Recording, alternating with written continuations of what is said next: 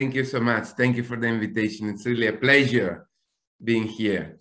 Okay, so today in my talk, I would like to address the issue of consciousness from a very broad view, and then to suggest a possible solution. But first of all, I would like to make it clear why consciousness is such a big problem today, both in science and in technology.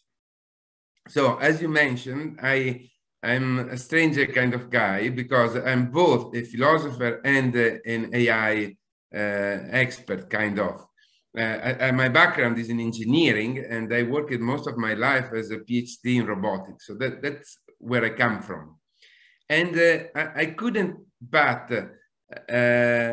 help notice when I was a student, and then afterwards, when I was an roboticist, that today is easier to talk of artificial intelligence than to talk of artificial consciousness. And that's a little bit strange, because if you look at natural evolution, if you look at animals, it seems that somehow the ability to feel is one of the first things that we have in animals. So it is kind of easy to have, say, a mice that is able to feel pain, that is conscious of what happens to him. But it's not that easy to find mice or to find simple animals that are able to, say, play chess or to be particularly intelligent in the traditional sense. So that's a key question today. What is missing in order to replicate a kind of fundamental fact of our everyday life, namely the fact that we have an experience of the world, that we are conscious. What is our consciousness made of? And the more we get, the more machines become more and more intelligent, and the more mysterious consciousness appears to be. So let me make you an example that I use with my students in the beginning of all my classes. Today, if we take, let's say, a phone, the phone is able to recognize our face. Face recognition is no longer a big deal. All average Photoshop programs are able to recognize faces. And they do that in a very reliable way. I mean, my phone is able to recognize my face so reliably that I trust my phone to unlock only in response to my own face. So think about that, how reliable it is. But I don't think that the phone sees me.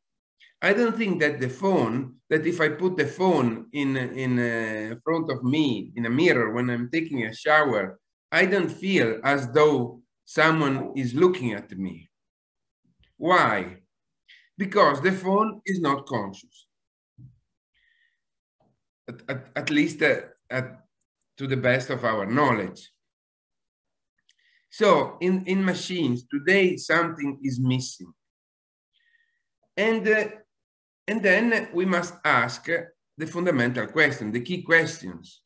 What is missing in AI from designing and building a conscious machine? And this is not only a theoretical question. I mean, I'm the co-editor of a journal called Journal of Artificial Intelligence and Consciousness, where researchers from everywhere in the world are trying to figure it out, a possible model of consciousness. But so far, no one has been able to explain how consciousness can be created by either a machine or by a biological being. The fact is that this problem is not only a problem in AI, it is also a problem in neuroscience. So, for example, if we, let's see if it works, if we take into consideration, for example, most neuroscientific books about consciousness, we may be puzzled, may be surprised by the fact that so far there's no scientific explanation of consciousness. So doesn't matter how much we know about the brain, how much we know about the neural activity in the brain, so far there is not a single explanation as to how or why the neural activity is associated with conscious experience. So, for example, this picture behind me is taken from a 2004 book by Christoph Koch, but the same picture is might be presented today in 2020. Christoph Koch is one of the most famous neuroscientists in the world, and today he's working with Giulio Tononi, another Italian interested about making a model of conscious experience. And you can see, I always use this picture because it provides a very clear idea of the state of the art of today's research on consciousness. So in this picture, we have the external world here, represented by the environment, a dog, a tree, people walking.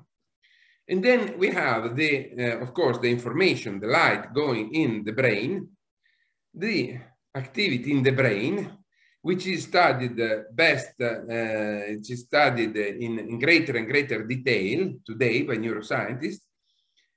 And neuroscientists are looking for the so-called NCC, the neural correlate of consciousness. So they are looking for those particular neural activities that take place when we are conscious of something. So in this case, for example, I'm conscious of a dog. There is some activity in my brain, going on in my brain, and then whenever there is this activity, I am aware of the dog. And I have an experience of the dog. What is the problem? What is missing in this picture? The last step. Nobody knows. Nobody has a clue as to why this neural activity, which is just the outcome of the input, the information coming from the environment, from the input, and which is just producing our behavior, so which is perfectly fine scientifically speaking, why it must produce anything like our conscious experience. In all neuroscientific papers published as of today, there's not a single explanation or solution as to how this activity must become anything like that. In fact, this is called the hard problem, meaning that even if we were able to know everything, to understand everything about the activity here in the brain, we will still be unable to explain why such an activity becomes this experience. So in other words, everything we know from neuroscience is just everything we know from artificial intelligence.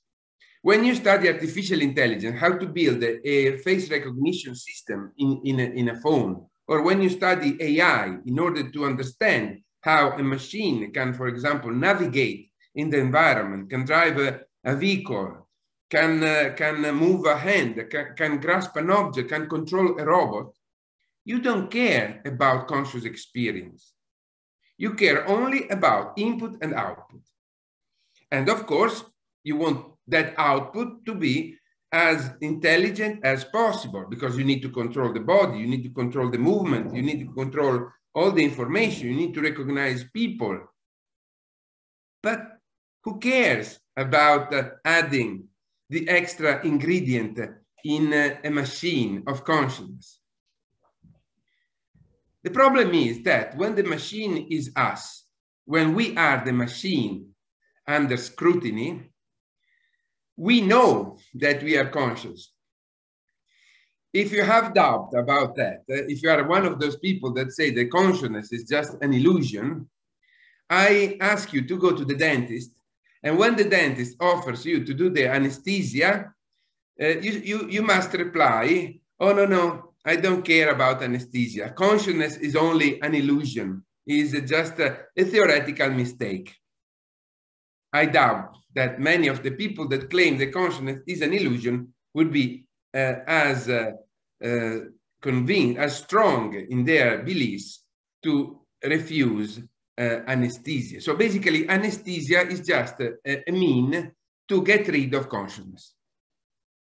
And we know that it works. So you may counter-argue, but we know a lot about anesthesia. Yes, we know a lot about the association between certain drugs and the suspension of consciousness.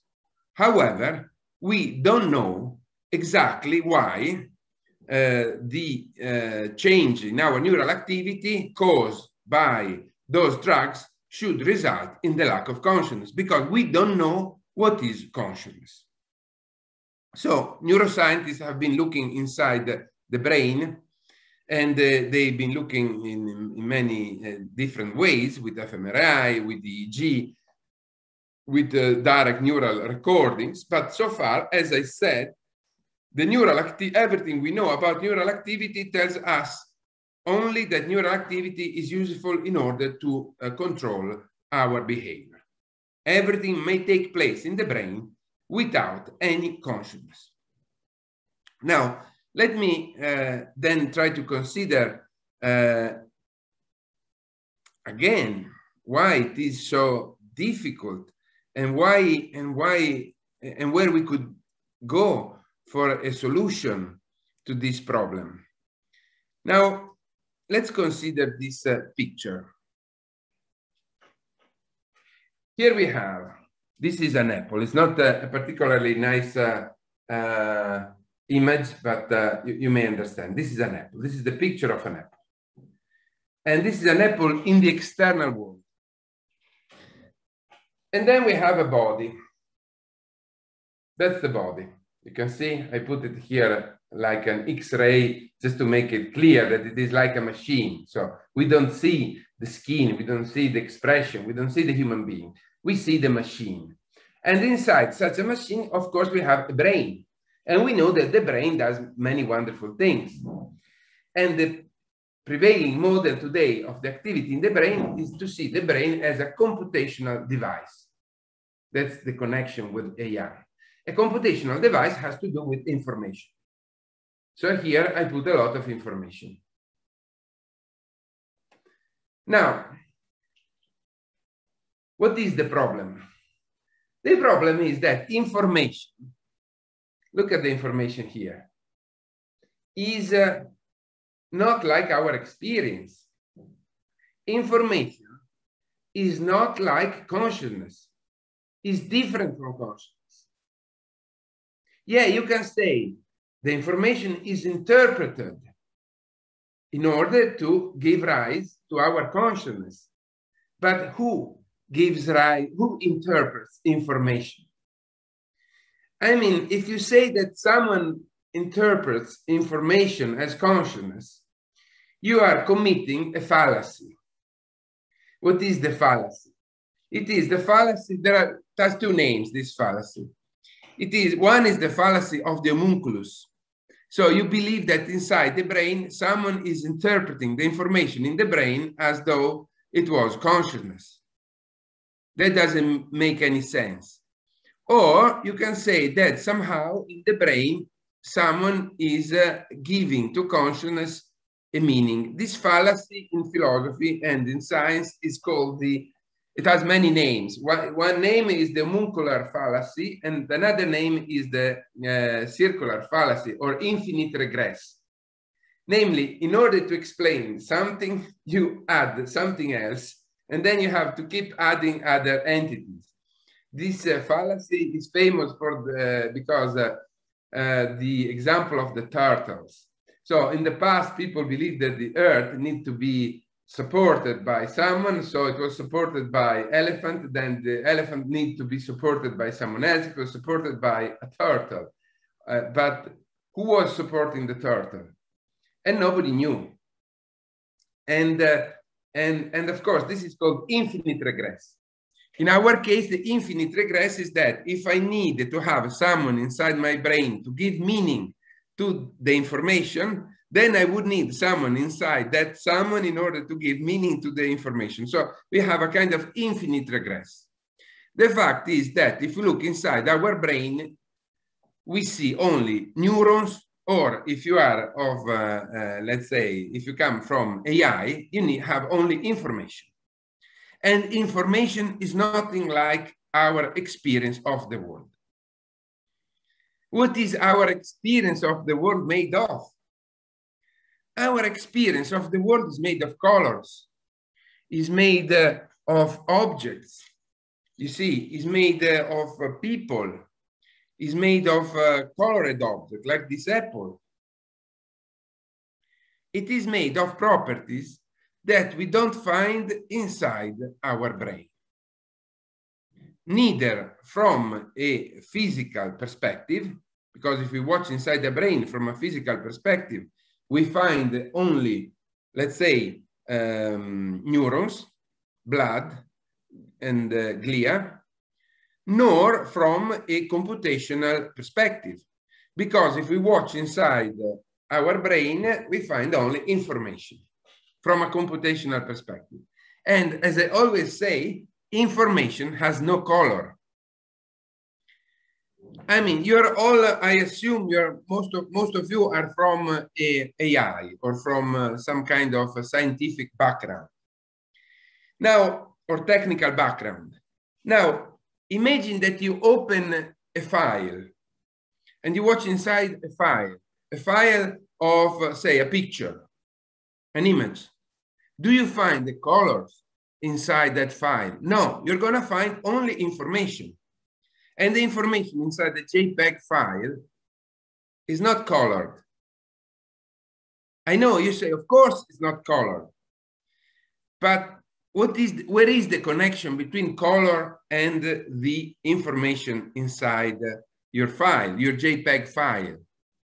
The connection takes place whenever you use that information to drive, for example, a computer screen.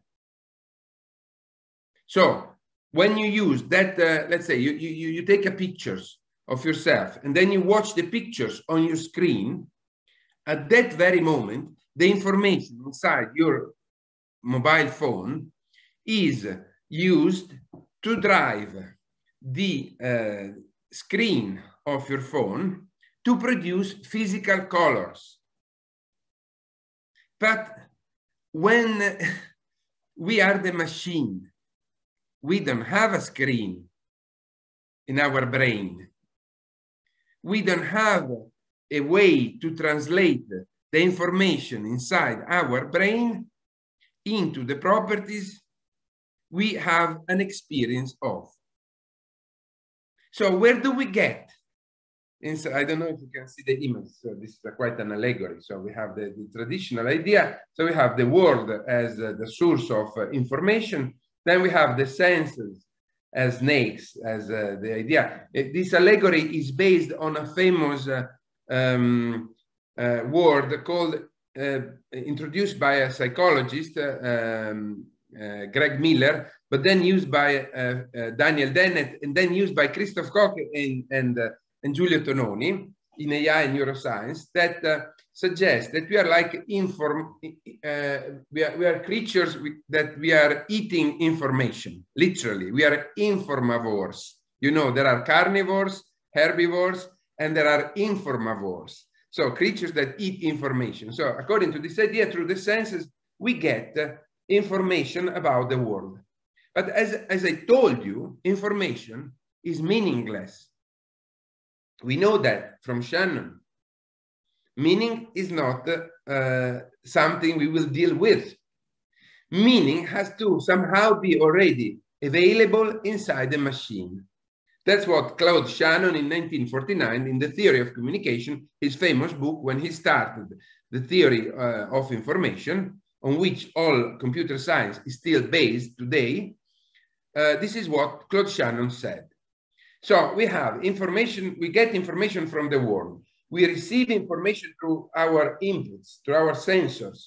Then we have information inside the brain. And then people expect that somehow, by means of processing such information, we get what? We get the feeling of the world, the conscious feeling of the world, made of its colors. But these colors that we have an experience of, where are they? How can they be created by numbers without any physical counterpart?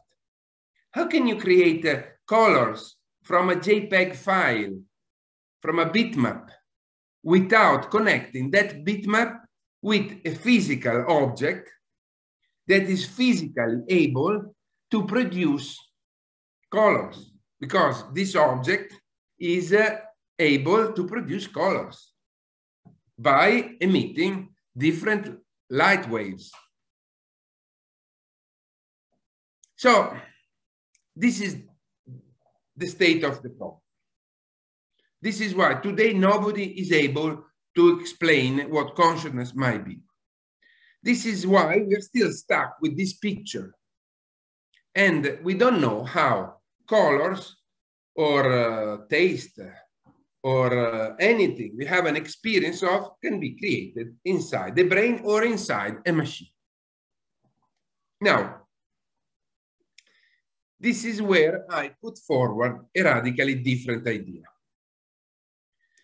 The radically different idea I want you to consider, and like all radical hypotheses, at first it may sound quite bizarre and controversial, if not utterly wrong, is the idea that maybe if we haven't been able to find consciousness or to find an explanation about consciousness is because we have been looking in the wrong place. The example of the turtles that I made at first, I think is quite a good one, because it is a perfect example of the wrong approach to a problem that prevent people from finding a solution to a problem. In that case, the problem was what is supporting the earth? You know, everything is falling down. So people in the past, in the very ancient past, people had this problem. What is supporting the earth? And then they said for elephant. But then what is supporting those four elephants? And then they said a tortoise. And then they went on and on forever. And of course, apart from the problem of finding giant elephants and tortoise, the problem was that even if you were able to find them, the solution was not yet a good one. Why? Because you would need other animals forever. It was an infinite regress. So, to cut a long story short, it was a false problem. The problem was in the question. Likewise, it might be that today, when we continue to look for consciousness inside the machine, inside the brain, we are simply looking in the wrong place. We are simply looking, that's why we are not able to find an explanation about how the brain produces consciousness. Because maybe the brain does not produce consciousness.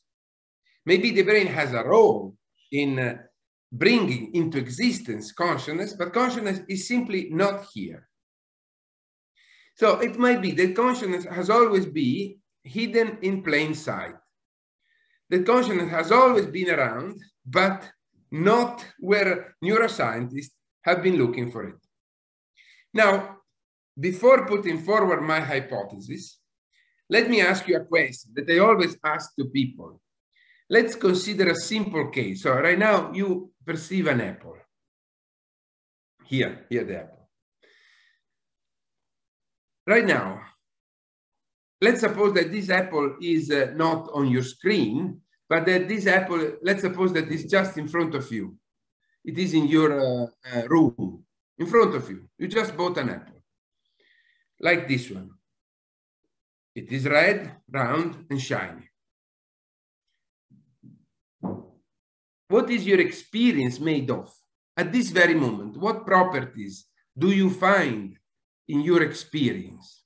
I assume that if you're not colorblind, if you're more or less like me, your experience is of something being red, round, and shiny. Fine. So we have a physical object that has such properties. This is the apple. At this very moment, the information goes from the apple to your eyes, and from your eyes through the optical nerve to your brain. Fine. In the brain, unfortunately, we don't have anything like the apple, but you have an experience of the apple. So neuroscientists, what do?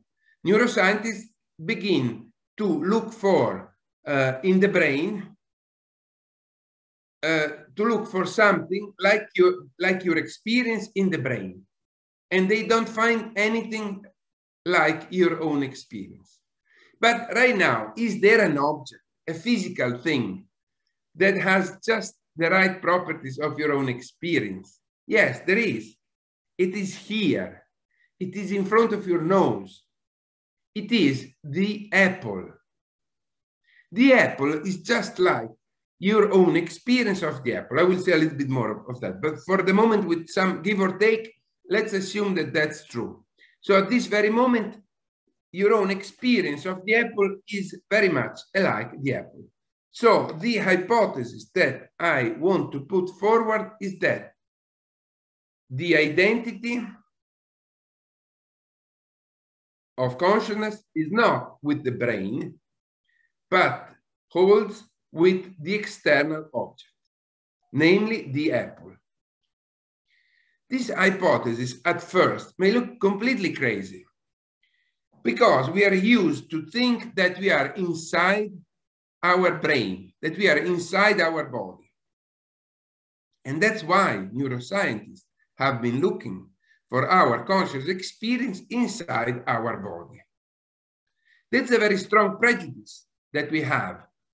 We believe that somehow we are hidden inside our body. When I speak with someone, my prejudice is that I am speaking with someone inside that body. That's a psychological common idea. I think that 99% of people believe that. However, if you look inside the body, you don't find anything like the person you're speaking with. If you look inside the body, you find many interesting stuff, beautiful machine. You find bones, muscles, neurons, and the like. But you don't find anything like me. If you were able to crack open my skull right now and keep me alive and see what's going on inside my body, you wouldn't find anything like me. And in fact, in neuroscience books and the like, to convince you that you are inside the body, look at if I tell you that when you speak with someone, you think that you're speaking with some homunculus inside the body, you may say, Riccardo, but you are very naive. Nobody is so naive. But let's look at the images that they put on neuroscience books to convince us that we are inside the body. They put a nice light, a sparkle of light, a very soul-like a source of light. That, of course, we know there's no source of light in the brain. I mean, what is this image meaning? I don't know. I think that if I was a naive layman, I would think that I am that light. And there are also many science fiction movies like Ghost in the Shell with Scarlett Johansson that strengthen this idea, or Inside Out by Disney, or Soul by Disney Pixar, that keep forcing this idea. But the fact is that if we look inside the brain, we don't find anything like the this light, this nice sparkles of light going on in the brain.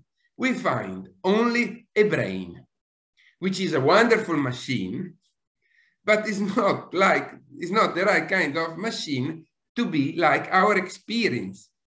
Now, I ask you, if you look inside you, what do you find? Are you not getting out of your body immediately? I mean, if I ask you, tell me what your experience is made of right now, I'm sure you will tell me it's made of the computer screen, of the window, of my room, of my books, of my everything which is around me. And everything you mention is something outside of the brain.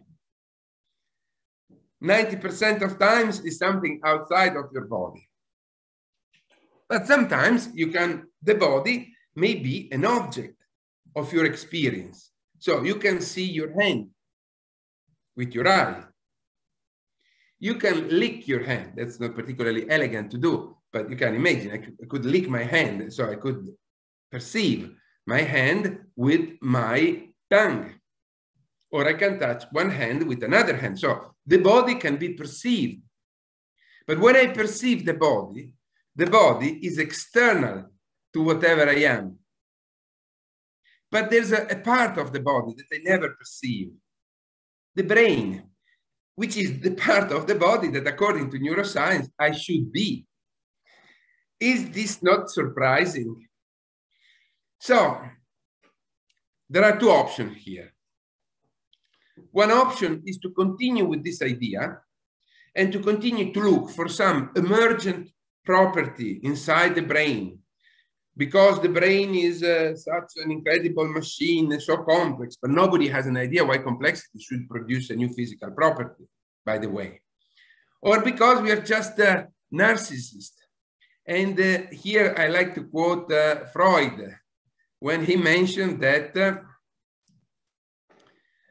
the human beings like to think that their brain is special because it's the last defense for our narcissism. We believed we were special in the universe, and then Copernicus told us, no, forget that. We are just at the periphery of the Milky Way, which is just a second order galaxy nobody cares for.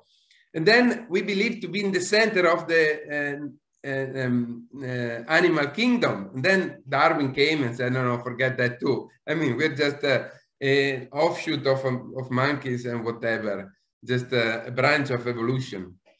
But we still believe, well, okay, we gave up everything, but we are still like our brain is still something special. Our brain does something that nothing else does in nature, namely produces our conscious experience. Well, and here, and that's more or less the position of neuroscientists. They keep telling us the brain does something that nobody else does. The brain is bigger. They always quote Emily Dickinson. Neuroscientists read, it seems that they read only one poet in their life, Emily Dickinson. Why? Because Emily Dickinson wrote a poetry that says, the brain is larger than the sky. And so neuroscientists said, okay, this is our champion. We love her. But the fact is that the brain is just an object. And our experience is nothing like this object. So I am asking you to consider the apparently radically new idea that there are two objects, and the problem is so difficult because we insist to consider the wrong one. What if we are just the apple? All of a sudden, everything is super simple. Why our experience of the world is red, round, and shiny? Because it is made by an object which is red, round, and shiny. But then there are two objections. So for a moment, you could take into consideration this really, really radically different idea. Namely, that we are not the activity taking place inside the brain, but we are everything else. We are the room, we are the apple, we are the face of our friends. And now there are two objections. I would like to address them. If I can, let me have a look at the time. Yes, I should be able to address the two key objections to this radically different hypothesis, which is called, by the way, the mind-object identity. That's the idea behind, I think it is better than my book, my book in 2017 is called The Spread Mind. But sorry, let me just need to move. Okay. But I decided to use a different word, a different name for my theory, which I think is better. It is less misleading. It is the mind-object identity. Namely, the idea that the experience of an object is identical with the object itself, rather than being identical with the activity in the brain. So, first, let me stress you one thing. This is not a philosophical sleight of hands. This is not a philosophical conceptual trick. This is an empirical hypothesis with empirical consequences. So it is empirically verifiable and falsifiable. As we will see, for example, one consequence is that it is impossible to have, and this is a big prediction of this theory, this hypothesis, that it is impossible to have an experience of a property that we haven't met in the real world. So, for example, according to this hypothesis, a congenitally blind subject will be unable to experience colors, no matter how much information we give them about colors, no matter how much time we spend speaking with them about colors or by means of other stuff. So, in order to have an experience of a physical property, you need to be in contact with such a physical property. So, the core idea here is that everything is physical. Okay, fine. I told you there are two objections immediately to these questions, to this hypothesis. First objection: if our experience is made by an external object, how is that we all see that object in different ways? How is that maybe I feel this apple cold, while maybe that you've been outside in the cold air, and then if you touch the apple, you feel it warm? How is that? We all see the world in different ways. This is the objection of subjective variability. Namely, that we all seem to have a subjective experience. How is that? It seems that my hypothesis is not able to explain subjective variability, which is the main reason why people started to think that their experience was private and inside their head. Because people started to say, well, I see the world in one way, you see the world differently, my friend sees the world in a completely different way. And so the simplest explanation is that each of us has a private, subjective, virtual world. That's the idea behind the idea of subjectivity. I will provide you very soon an answer to that, a completely different answer. But I want to mention the second objection. The second objection is dreams or hallucination. How is that? There are cases in which we seem to have a perfectly a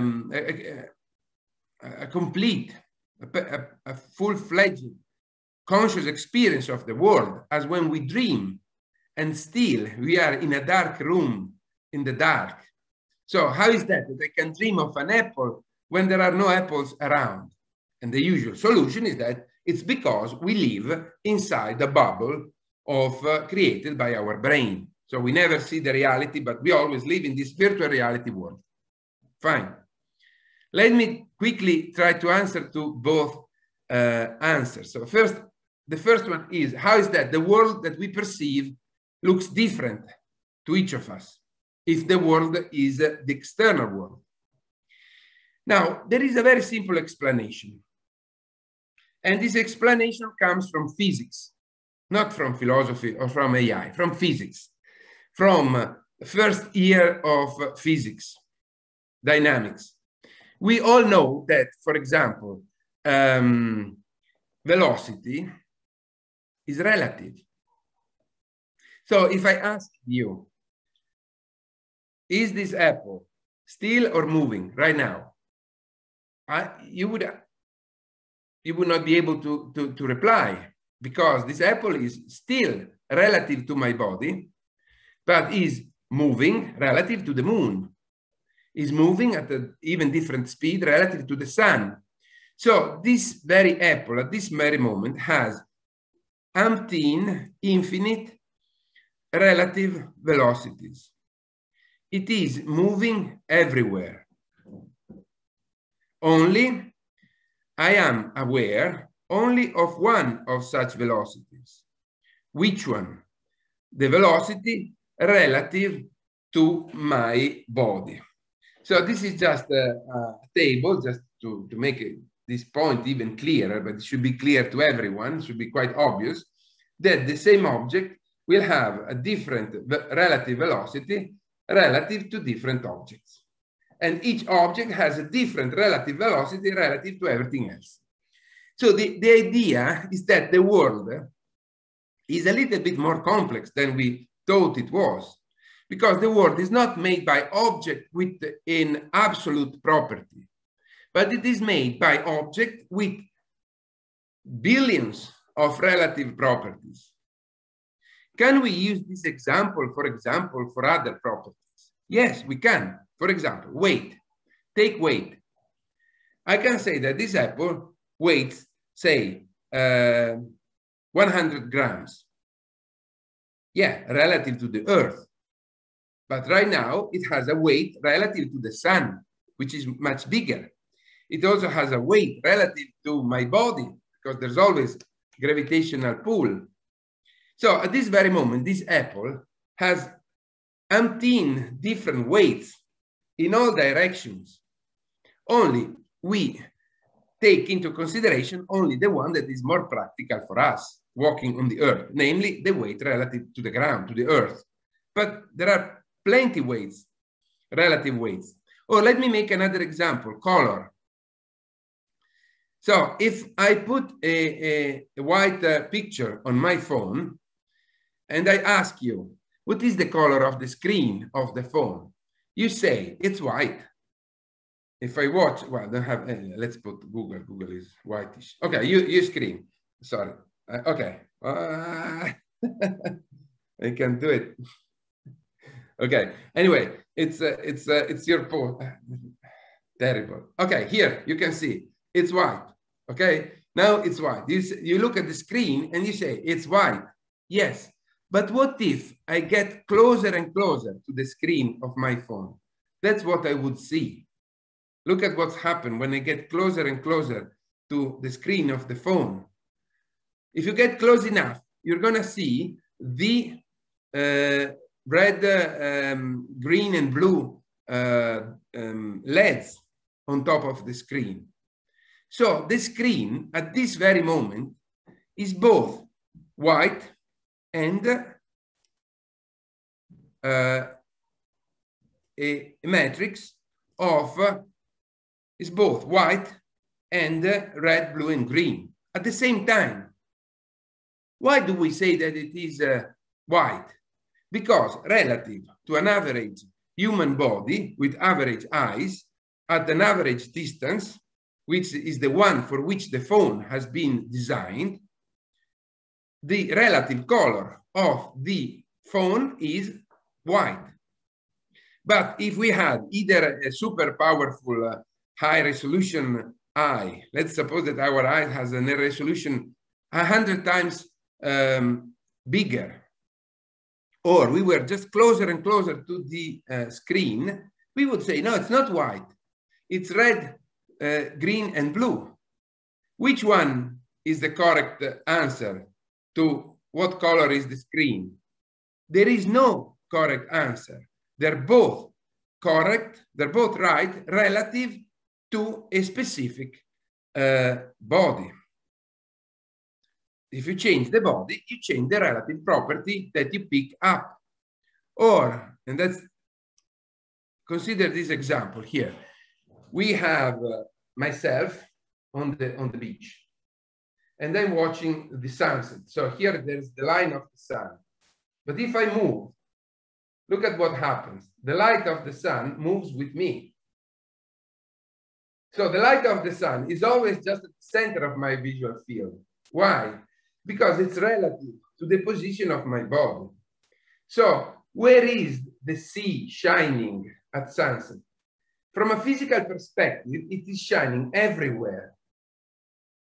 We are aware only of this line because the properties of the optical phenomenon are such that I single out, that my body singles out only a particular stripes of the sea surface.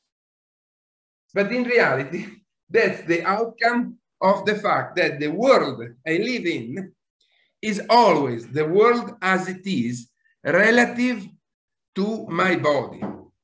And this is not a subjective world. This is a relative world, as in physics. In physics, we don't speak about subjective velocity. If I drive my bike at 50 kilometers an hour and I smash against a truck going at 50 kilometers an hour and I crash at 100 kilometers per hour of relative velocity, there's nothing subjective in the bump that I have. It is just relative. So the idea, to cut a long story short and to reply to the first objection, is that the world is relative. If the world is relative, we can bring the subjectivity,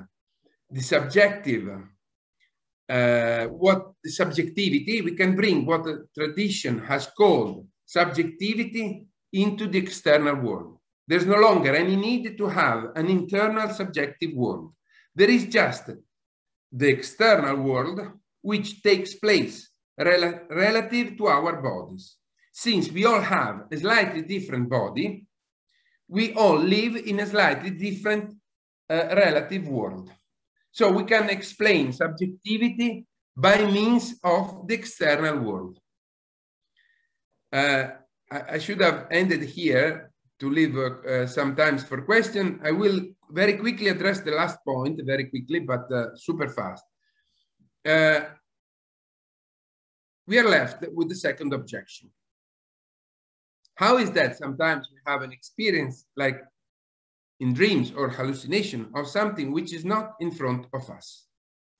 And the solution that I propose has to do with, once again, from physics, from Einstein. Simultaneity, the now, is relative. That's the biggest discovery behind spatial relativity. That there's no way in physics in which two objects takes place at the same time. Simultaneity, the now, the present, is relative.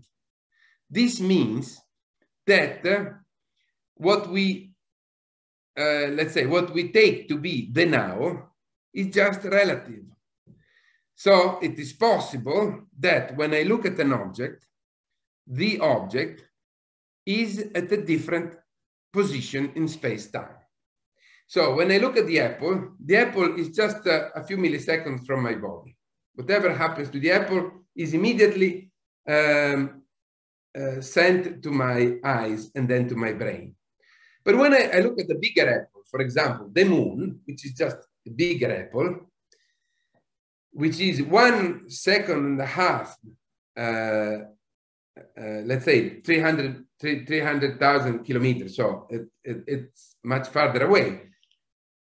When something happens on the moon, it takes 1.5 seconds, more give or take, to produce an effect in my eye.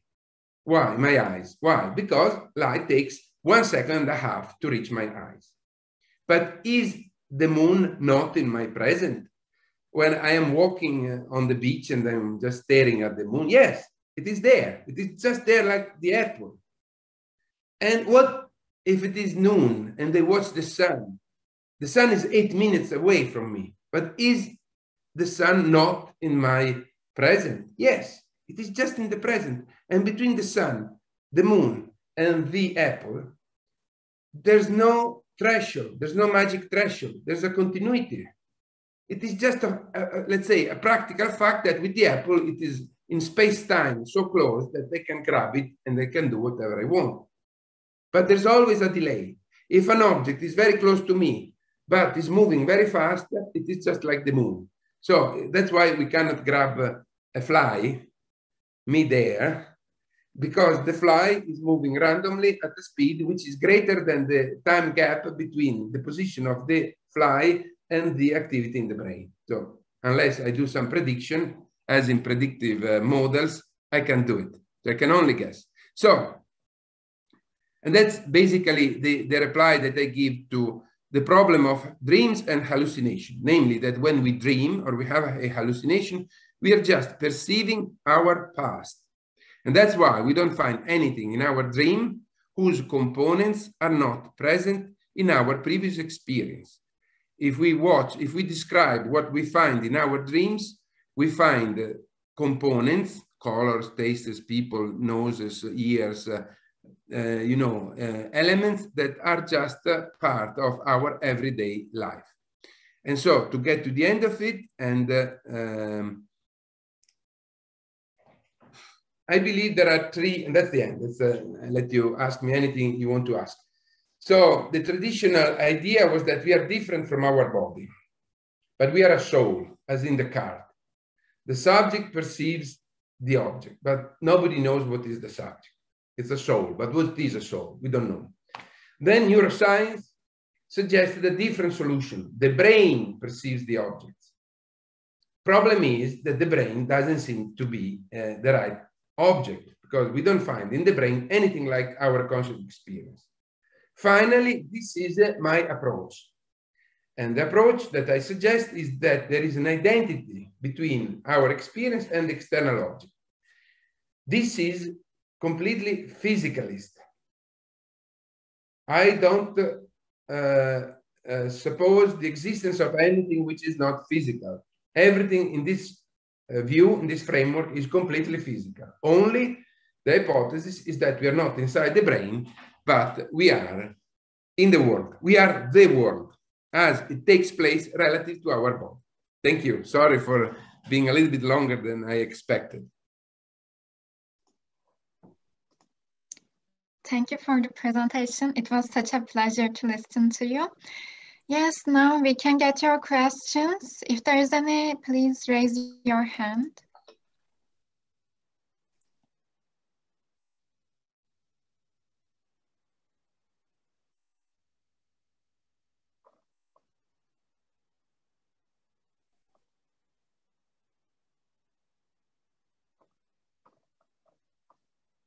Don't hesitate to make objection.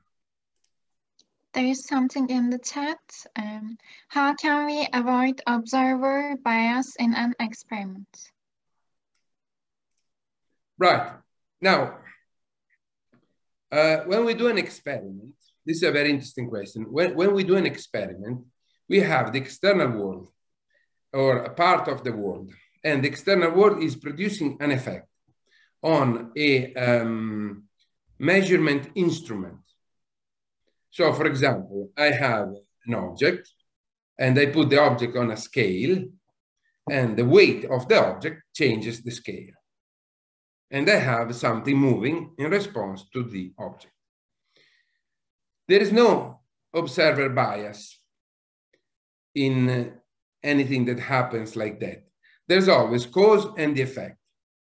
The observer bias is the offshoot of putting that phenomenon in relation with a conceptual framework. So, of course, when we have a conceptual framework, we choose how to connect different physical phenomena. And by doing that, we make choices, and these choices may be wrong or right. But let me put it this way. An instrument of measure is never wrong. It may be, so even a scale that doesn't move in the right way is always right, because what is wrong is the meaning that we give to the position of the needle of the scale. But from a physical perspective, everything that happens is always right. So the idea is to put ourselves no longer in the place of the effect, but in the place of the cause. We usually think that our experience and our measurement of the world is the effect of the world. And I am suggesting that whenever we are interacting with the world, it's not that we, you see, this sentence, and then I'll get to the other question. When we say, I am interacting with the world, I is a mysterious entity. The interaction between a mysterious entity and the world is mysterious too. The only thing that is not mysterious is the world. So I'm just asking you to turn upside down your conceptual framework and to see yourself no longer in the place of the effect, but in the place of the world that causes effects. Yeah, I see another question. I can read it myself. What about influence of, so this is more or less, but of course, this is the problem of the observer is a giant problem. And it would be nice to see how my hypothesis fits very well, for example, with quantum mechanics, where the problem of the observer is key whenever we have, let's say, a measurement. And whenever we have a measurement, the object of the measurement is defined. And that's completely coherent with my theory. It would be great to go through it, but of course we cannot do it now. It would require a whole day to, no, at least half an hour to go to the relation with quantum mechanics. What about, so let me skip to the other question. What about the influence of emotions of a person on the perception of something? Great question, because emotions usually are considered to be the quintessence of subjectivity or of an inner world, at least in our cultural model of ourselves. But emotions are, as far as we know, a physical state of our body. So emotion, if you take James Cannon or even Ledoux, are always the expression of a different physiological state of our body. So, for example, when I am aroused, my heart rate is higher, my adrenaline is different, the balance between the neuroreceptor in my brain is different. So I change the body. So an emotion is a way to change the state of our body. Now, you remember what I told you, that the world, which the external world, is relative to our body. So if we change our body, we also change the external world. Just like, think about the simplest analogy I made, velocity.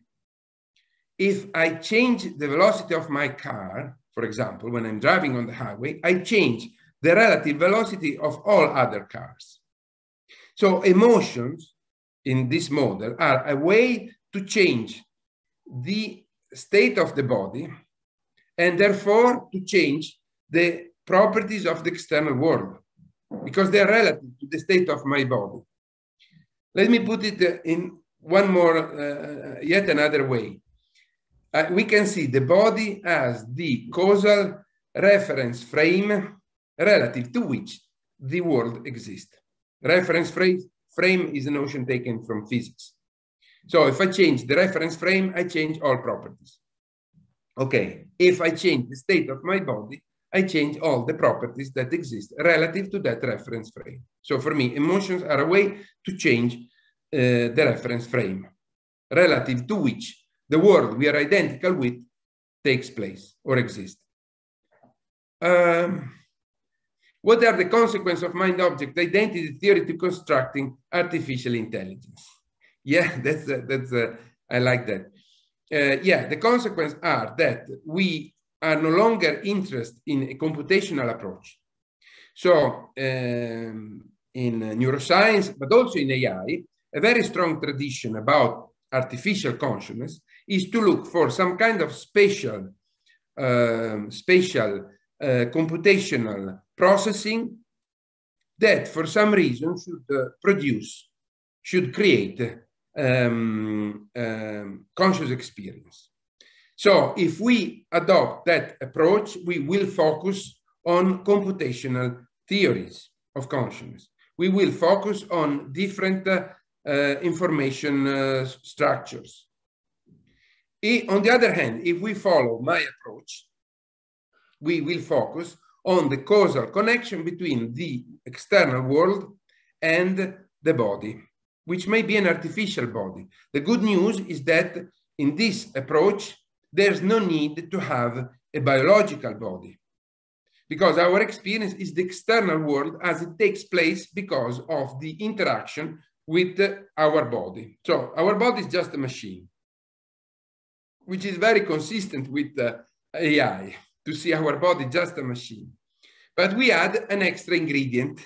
The extra ingredient in this approach is not a spatial information processing inside the machine, but is the way in which the world takes place because of the body.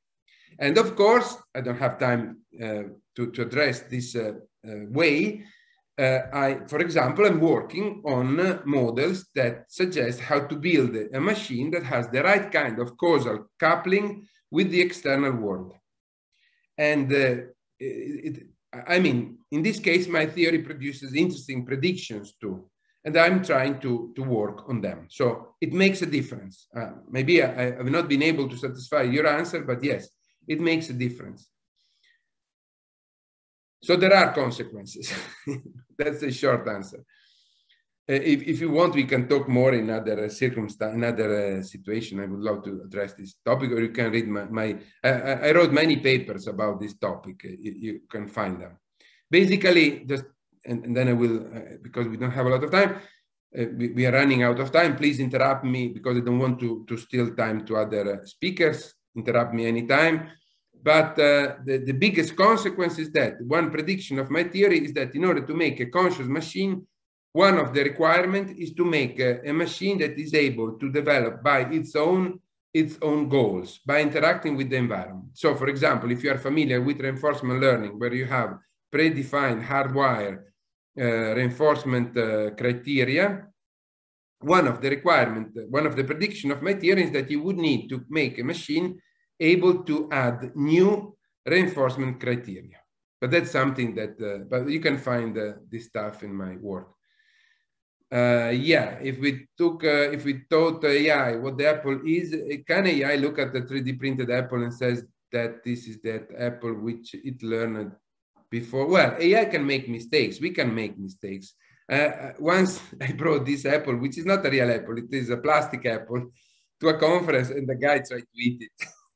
He just grabbed it, and just to make a joke, he just tried to take a bite out of it. So not only AI, but we can also be fooled by the wrong, faked external reality.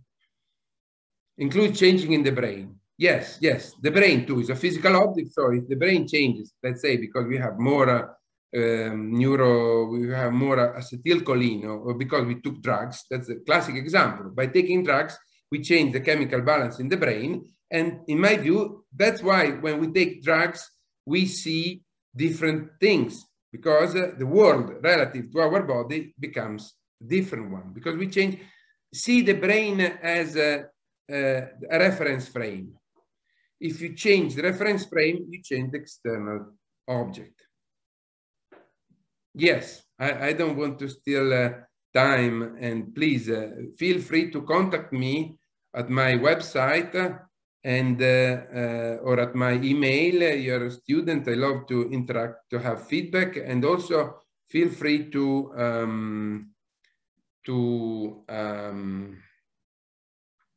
send me objections. I love objections. I think that the theory has to survive to all objections. So we need to face them.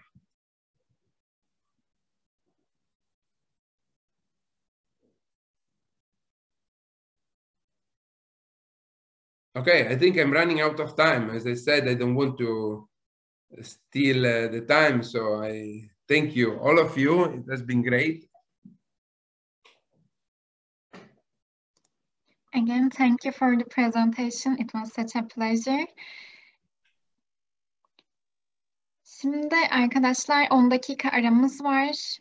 Emre hocamızı dinlemeden önce isterseniz şu an ayrılabilirsiniz ya da bekleyebilirsiniz. Çok teşekkürler. Buçukta mı başlıyoruz?